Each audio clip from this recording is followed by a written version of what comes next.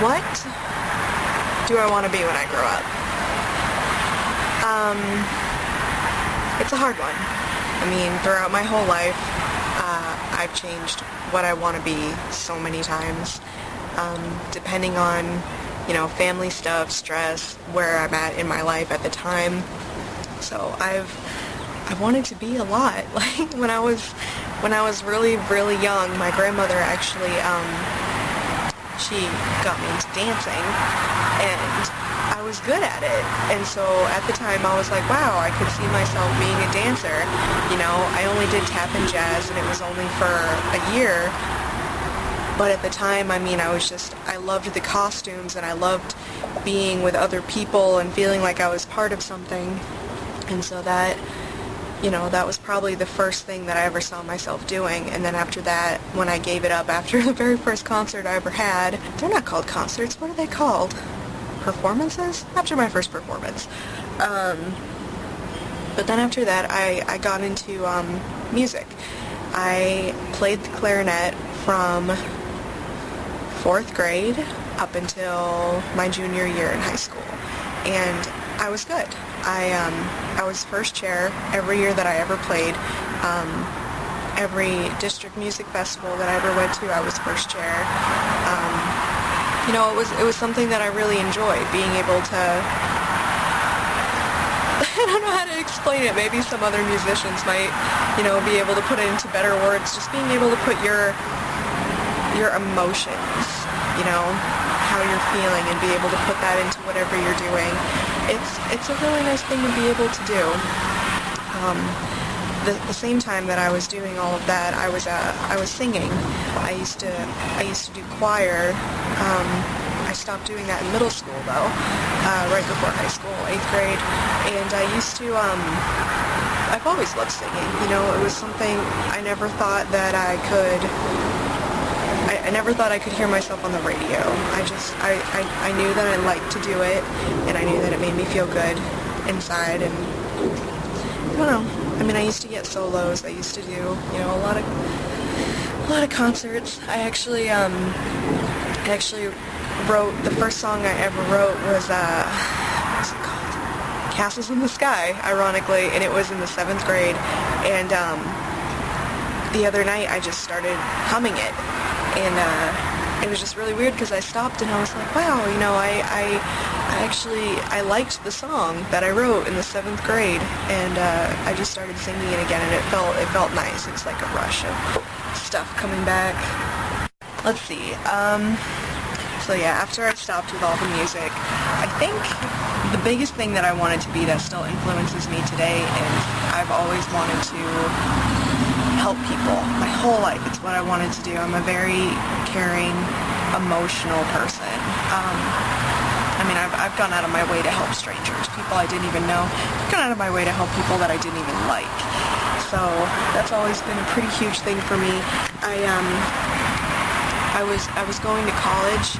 I only did a year, but you know, it was in 2008 when you know, the economy kind of exploded. I couldn't afford to go back. I'm actually still in debt trying to pay it off, but I was going for my degree in psychology, and I wanted to minor in social work.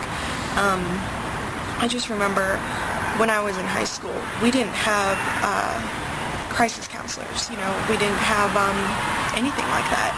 So I had a pretty messed up high school life. I mean, I went through a lot in just a couple years, and I just remember feeling so alone. You know, every day I would eat lunch in the library by myself because I didn't have anybody. And I just remember if I had one person, you know, to talk to, things could have been different today. You know, I still carry a lot of that stuff with me. I've done a lot of stuff that I'm not proud of that still haunt me to this day, and it's just, I just wish there was somebody there, you know. And when I was in the 8th grade, I had a Sweetser counselor. Sweetser is, I'm not sure how many there are, but up in Maine, where I'm from, there was, I don't know what it's called. It's a facility for kids, teenagers, young adults who require counseling. I mean, I don't really know how to put it. I don't want to say, it's a mental hospital, because it's not. It's just for people who need help dealing with their issues. And some stuff happened to me in middle school that required me to go into counseling, and my mom got me a counselor, and her name was Jeannie, and she was my best friend. She was my only friend, and I saw her once a week throughout all of middle school, and I felt better. I felt like things were going to be okay. I even requested that she see me in high school too. So I talked to her my freshman year in high school, but then she ended up getting moving, and she had to go up north and stop being my counselor, and after that all hell broke loose. I wasn't the same again after that.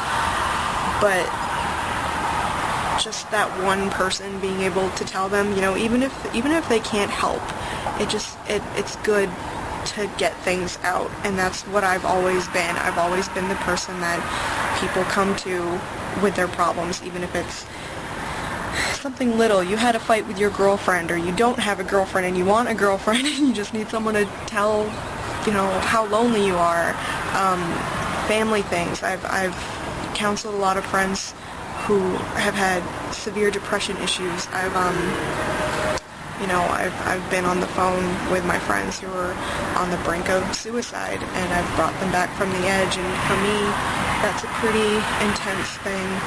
So it's something that I've always liked doing, and something that I will continue to do throughout the rest of my life, whether or not I'm able to make a career out of it or not. So that's always been a pretty big thing for me. Also, this is hilarious. Currently, my current aspirations for my life, I want to be a vet tech. I mean, I love animals. I've loved animals my whole life. And as I was about to start this part, I got a visit from a little friend of mine who I've been feeding. This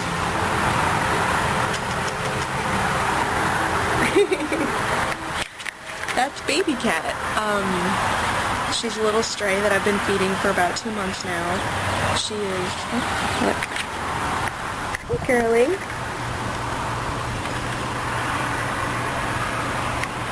Hi. So yeah, that's Baby Cat. I've been feeding her for about 2 months now. She's gorgeous, and she's really sweet. She's about 6, maybe 7 months old. And she actually never comes to visit me during the day, so this is surprising that she just kind of walked up the steps and wandered over here. So yeah, that's actually hilarious that she came and showed up right at this point, because that's what I wanted to say next. I want to work with animals. I've always wanted to volunteer in humane societies, animal shelters, things like that. Just I want to help, the little creatures who can't speak for themselves. I'm not gonna get all misty-eyed about it. I know that you have all seen the ASPCA videos and commercials on TV, and oh, now she's running away. But yeah, she, it's something I've always wanted to do. So that's currently, number one in my mind. I want to do something with animals. I would love to do stuff with people, but for some reason that just seems out of reach for me. And I don't know if I'll ever be able to really get back into wanting to go back into psychology or not. We'll see. It's kind of funny. I actually, I always feel like I want to do stuff that's completely out of my reach. Things that I'm not even good at, things I don't even know how to do, what's a good example? I always wanted to be an actress, but I never joined drama club because I just didn't think I'd be good at it, but it's just something I always wanted to do. And then there's, like I said, singing, whatever. Computers. I mean, it's a huge job market right now, I would love to do things with computers, even anything as simple as I shouldn't say simple. I mean, their job's probably hard, but Geek Squad. I'd love to work for Geek Squad. But it's just something I'm not good at. I'm not good with computers. I don't know if I ever could be.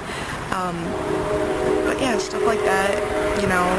I always wanted to be an artist, but I couldn't draw a stick figure to save my life. Really couldn't. So, you know, just, it's weird, you know, I want to do stuff that's just way above what I'm capable of. And, you know, that sucks. But it's like, it's not only that, it's, you know, I want to do things that I'm not capable of, but then there's a lot of stuff that I think I could really be good at. Like, I had a lot of friends in high school who would say, you know, I'm not good at anything, you know, I don't like to do anything, I don't know what I want to do with the rest of my life. I always had the opposite problem. I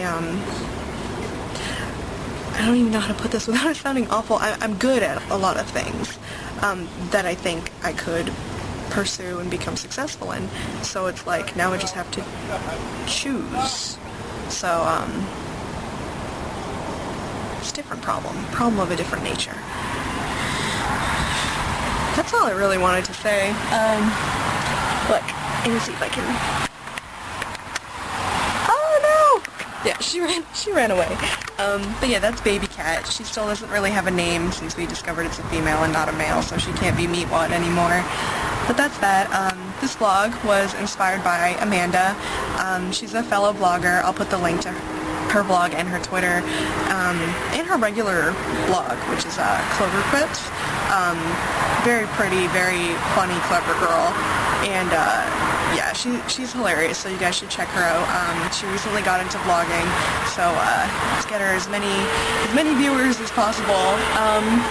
But yeah, she asked me what I wanted to be when I grew up and my dreams, and so here's that. So thank you, Amanda, for giving me an idea. So yeah, thank you guys for watching. If you liked the video, don't forget to like and subscribe, and don't be afraid to add me as a friend. I spend a lot of time on the internet, so I do watch a lot of stuff. So yeah, bye.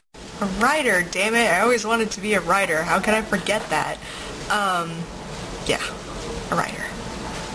Bye. A writer. Writer. How could I forget I wanted to be a writer? God damn. I mean, that's what I always wanted to be. How could I forget to put that in the video? Stupid. Stupid. Ugh. Writer.